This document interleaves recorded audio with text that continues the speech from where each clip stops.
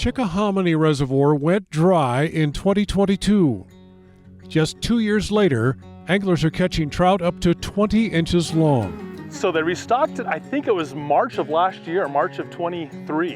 And so, yeah, we were seeing 14, 15-inch fish last fall. And I know on good years, I've heard that they will grow up to 8 inches a year, but that was within a relatively short growth period from March to November. So we all said, we'll have 20-inch fish in here by this fall of 24. Well, there's already been 20-inch fish caught out of here this year. Chickahominy will never win a beauty contest.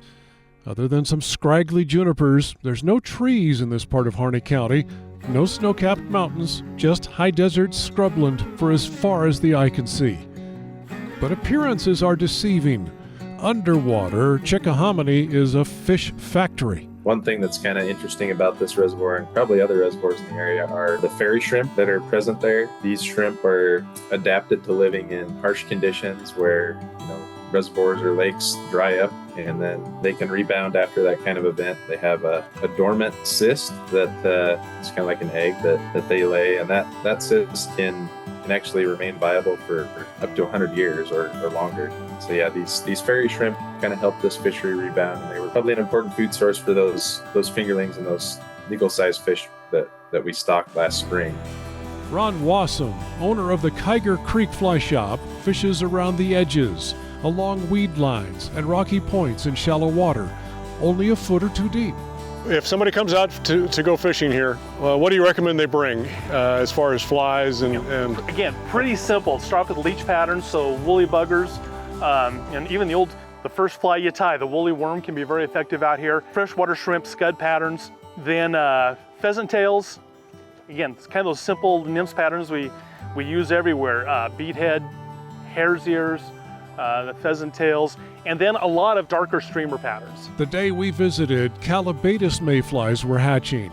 Another testament to this reservoir's ability to rebound from being dry just 2 years prior. It's been interesting how it's progressed. Last summer, people would check in with us and ask us how it was. And we kind of go, well, we don't know. We just stocked it. There's going to be some fish out there. They're not going to be big yet, but go fishing if you'd like and see how it is. And we'd hear back from people throughout the summer. Oh, it wasn't too bad. We caught some nice fish. Once word got out that there were some larger fish out there this spring, I think people really started to get after it, and everybody seems to be catching fish, and word is out, so people are taking advantage of it. This is one of those lakes that when you're here and it's happening, it could be incredible out here. Fred and I came out this spring, and it was crazy. We figured in our first 20 casts, we landed 12 to 14 fish, and had 3 or 4 other strikes or lost fish. I think we only had 2 or 3 casts that didn't have a fish, but yeah, and it was on.